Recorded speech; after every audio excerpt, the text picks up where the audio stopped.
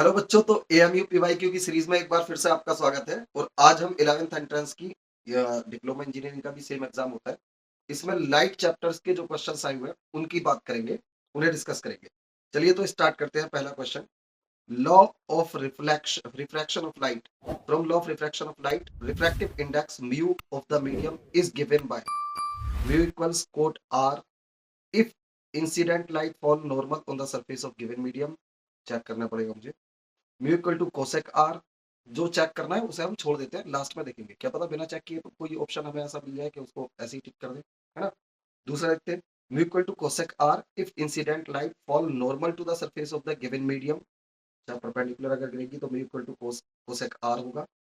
Mu equal to zero, refractive index zero, zero तो हो ही नहीं सकता कभी भी। ठीक।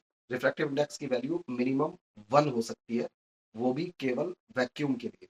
उसके अलावा हर मीडियम के लिए म्यू की वैल्यू 1 से ज्यादा होती है, तो जीरो तो हो ही नहीं सकता, ये तो ऐसी गलत है। Mu is independent of angle of incidence, ये सही है।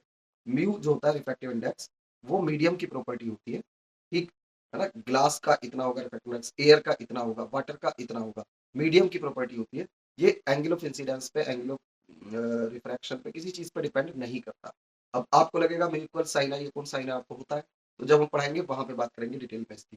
किसी चीज पे म्यू डिपेंड नहीं करता है, वो मीडियम की प्रॉपर्टी है, मतलब एंगल पे डिपेंड नहीं करता है। ठीक। क्वेश्चन 2 देखते हैं। Refractive index of water is 4/3। Water का रिफ्रैक्टिव इंडेक्स दिया भाई, म्यू डब्ल्यू लिख देता हूं मैं, कितना 4/3। And that of the glass is 3/2। Glass का रिफ्रैक्टिव इंडेक्स दिया है 3/2। पूछा क्या है, refractive index of glass with respect to water. Refractive index of glass with respect to water, जिसके रेस्पेक्ट में निकालते हैं उसके रिफ्रैक्टिव इंडेक्स से डिवाइड कर देते हैं, रिलेटिव रिफ्रैक्टिव इंडेक्स। ठीक। रिलेटिव रिफ्रैक्टिव इंडेक्स है ये, है ना, फॉर्मूला आपने पढ़ा होगा।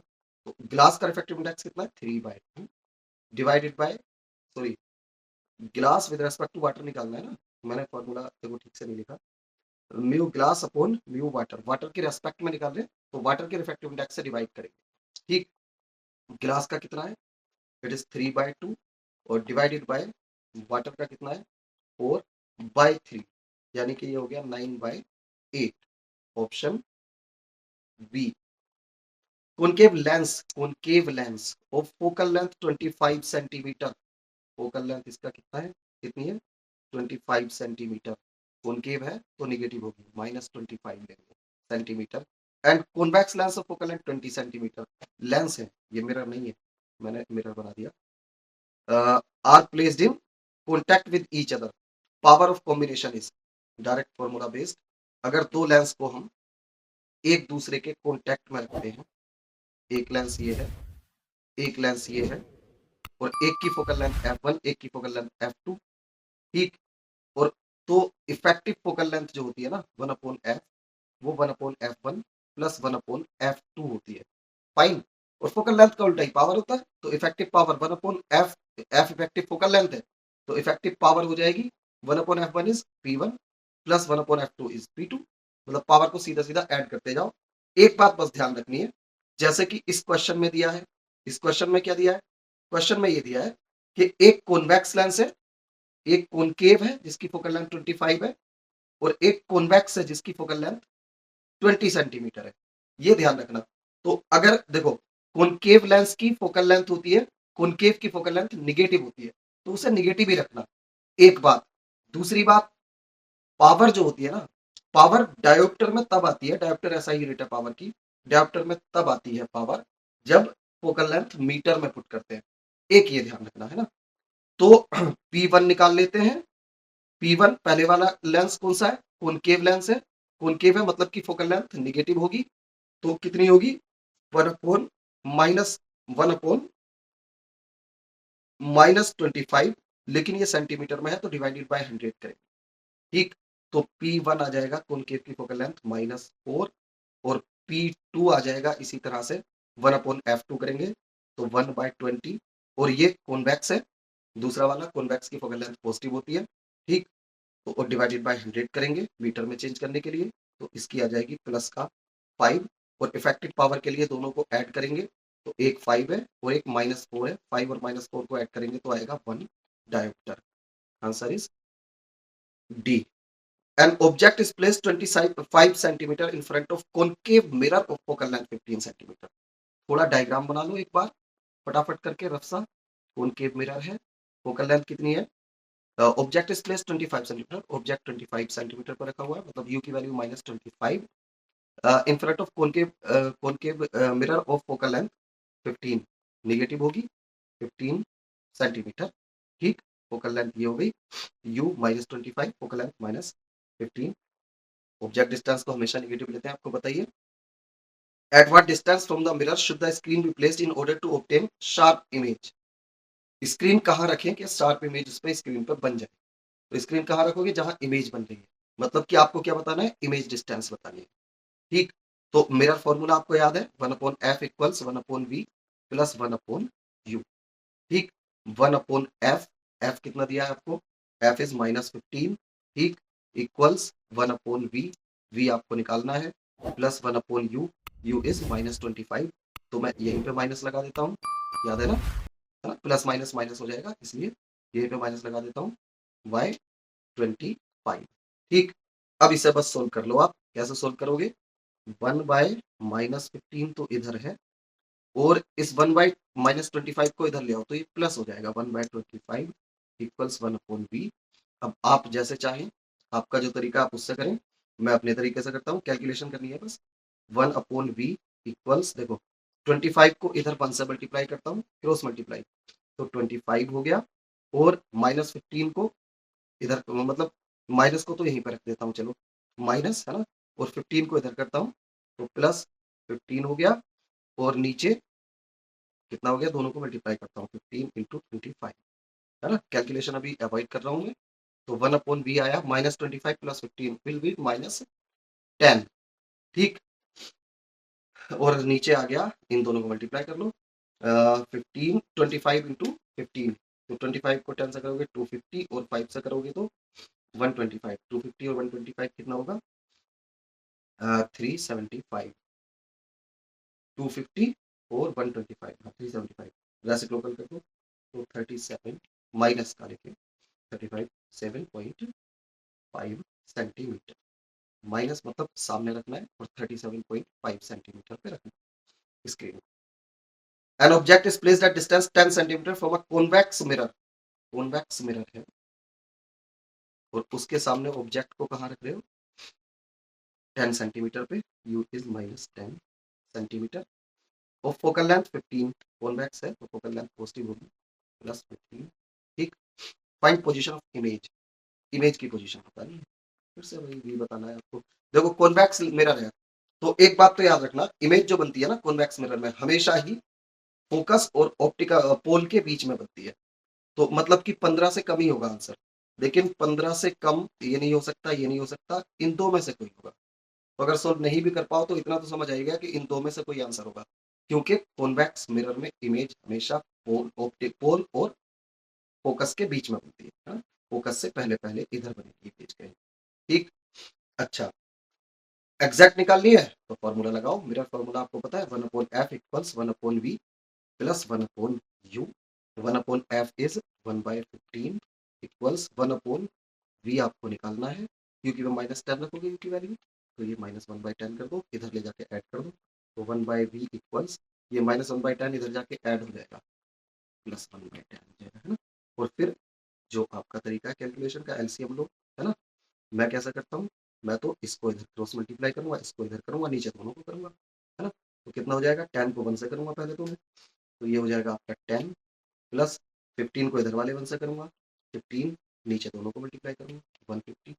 ठीक, तो 1/v कितना हो गया, ये हो गया ऊपर 25 और नीचे 150, फिर रेसिप्रोकल कर देंगे तो v इक्वल्स, इसे इससे 6 टाइम्स जाएगा, 6 centimetre, 6। ray of light traveling inside a rectangular glass block of refractive index √2 is incident on glass air surface। देखो ये ग्लास स्लैब है, ठीक, ग्लास स्लैब को मैं थोड़ा सा नीचे कर लेता हूं, ओके, ग्लास स्लैब के अंदर, ग्लास स्लैब को यानी कि मैंने थोड़ा सा नीचे कर लिया, और ग्लास स्लैब के अंदर एक लाइट रे ट्रैवल हो रही है ना, और ये लाइट रे ग्लास स्लैब के अंदर आ रही है और ग्लास स्लैब का रिफ्रैक्टिव इंडेक्स आपको दिया है √2, ठीक। और 45 डिग्री पे ये इंसिडेंट हुई है, 45 डिग्री पे, surface at angle 45 degree. The refractive index of air is 1, air का रिफ्रैक्टिव इंडेक्स 1 होता है ना, v इक्वल्स 1 है एयर का। द रे विल, तो रे इमर्ज होगी, बाहर जाएगी या कहाँ जाएगी ये बताना है। देखो टीआईआर का सवाल है, तो पहले तो अगर ग्लास का रिफ्रैक्टिव इंडेक्स √2 है तो पहले इसका क्रिटिकल एंगल देखो कितना होगा। क्रिटिकल एंगल साइन आई सी होता है 1/√2, ठीक, सॉरी 1/म्यू, ठीक। और म्यू दिया √2, तो साइन आई सी कितना हो जाएगा, ये हो जाएगा 1/√2।